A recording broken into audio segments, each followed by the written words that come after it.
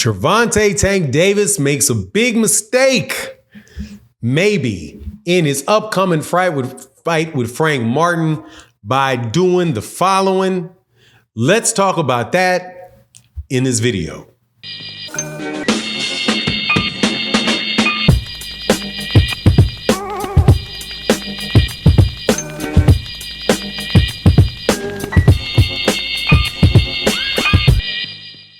All right, welcome back to the channel. It's your boy Fanon.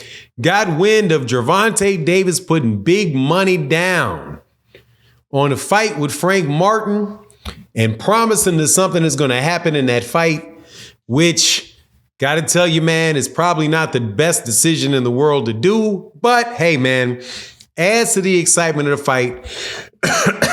And I'll take it. But before I get into the details, let me welcome you back to the channel. If you're new to the channel, please accept my invitation to hit the subscribe button, hit the bell icon so you can be notified of when we release more videos. And shout out to my guy, Matty Yo. Thank you so much for your support and the super thanks.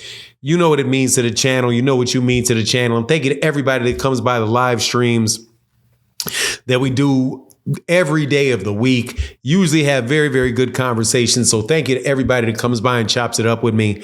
But let's get into this topic because look, there's some fights I'm really looking forward to. Big fight that I'm looking forward to is in the lightweight division.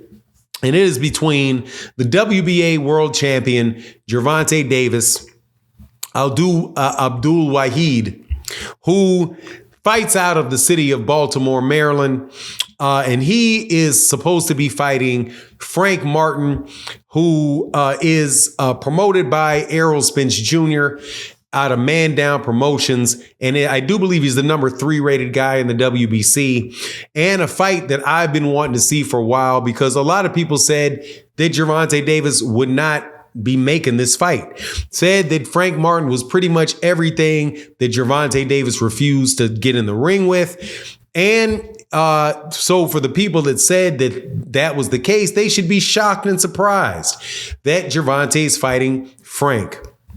Frank Martin is an undefeated fighter, southpaw fighter. He can fight on the back foot. He can fight coming forward. He has an excellent trainer in 2022, trainer of the year, 2022 trainer of the year, Derrick James. Just has a lot going for him against Javante. But Javante is saying, look, man, this dude is about to get some damage done to him. And my understanding is predicted that he's going to knock him out. And according to sources, that he actually bet $250,000 on knocking out Frank Martin. Now, from the outside looking in, or at first glance, you might think, well, that's not a big deal. He really believes in himself. $250,000 for somebody like Gervonta Davis is probably still a lot of money because $250,000 is a lot of money, just period. But he's, more than likely he's got the money to pay it. He's going to get a big payday for the fight. He's coming off of what many people thought or estimated to be a $30 million plus payday against Ryan Garcia back in April. And so you may not think it's that big a deal, but in my book, I don't know, man. I don't know. If he's betting $250,000 that he's going to knock him out and he just has a lot of confidence that that is what's going to take place, then cool. But if he's putting any pressure on himself to get the knockout, I think that is something that could be a little bit troublesome because you have to fight and take fights as they come. And it is really important that you win the fight and you get to the next fight. Now, obviously, Davis or Gervonta is somebody that has big knockout power. He's knocked out everybody but 2 fighters that he's fought during his career.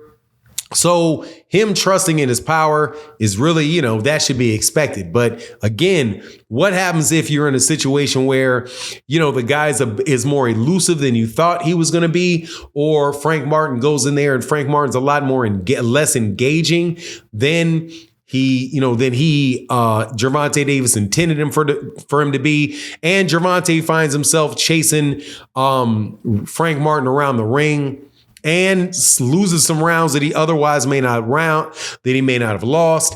And, kind of does what other fighters have done when they've gone for the knockout or went out there looking for a knockout, throws their performance off, and they're not able to take the fight, take what the other fighter's doing as it comes and analyze it as it's come and make the best move, for them in order to win the fight, because that's what's the most important thing, is to get in there and get and to win the fight.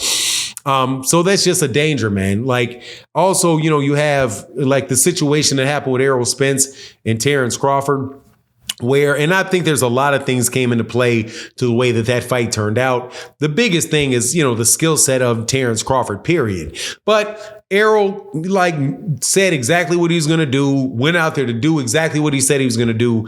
And because of that, Terrence Crawford had a game plan and knew exactly what to expect and had set and game planned everything, under the expectation that he knew what Errol was going to do, and he didn't let him down, right? He did exactly what Errol did, exactly what he said he was going to do. So the game plan was there for Terrence Crawford. He could execute it, and he executed it to a T. There wasn't a lot of mystery in what was going to go on in that particular instance. So you can also look at fighters like Deontay Wilder, who people, after you see him in 40 fights, start game planning for exactly what he's going to do. He's going to try to bait you in, look to counter you with a really big shot as you come in. So over time, you saw people make adjustments to that, specifically Joseph Parker, who really always kept him out of the scenario where Deontay Wilder could really land that big right hand, and do some damages on Joseph Parker. And I could go on and on. Mike Tyson, the book was out on Mike Tyson as well. Now, do I think that that's going to happen with Gervonta? I don't. And I'll tell you why. Because Gervonta is the type of person that can knock you out in several different ways. Gervonta is somebody that has knocked out people like Leo Santa Cruz by pressing the gas on Leo Santa Cruz, by edging his front foot forward, keeping, just taking those small steps to try to make sure he kept himself in range. While Leo Santa Cruz was throwing everything but the kitchen sink at him, and eventually he found him and he got him. Same way, and then he got Hector Garcia in a way that was similar, except for because Hector Garcia wasn't taking the lead. He was trying to counter everything.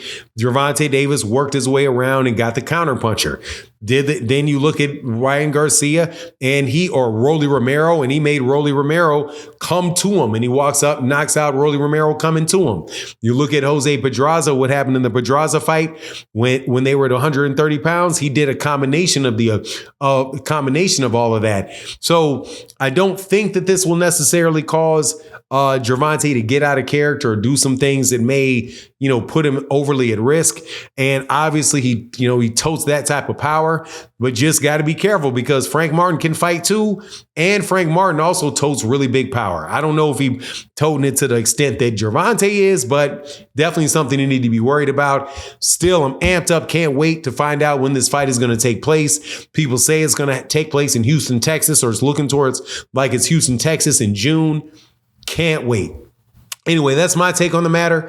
Please let me know what you think in the comment section. And with that, I'm out. Deuces.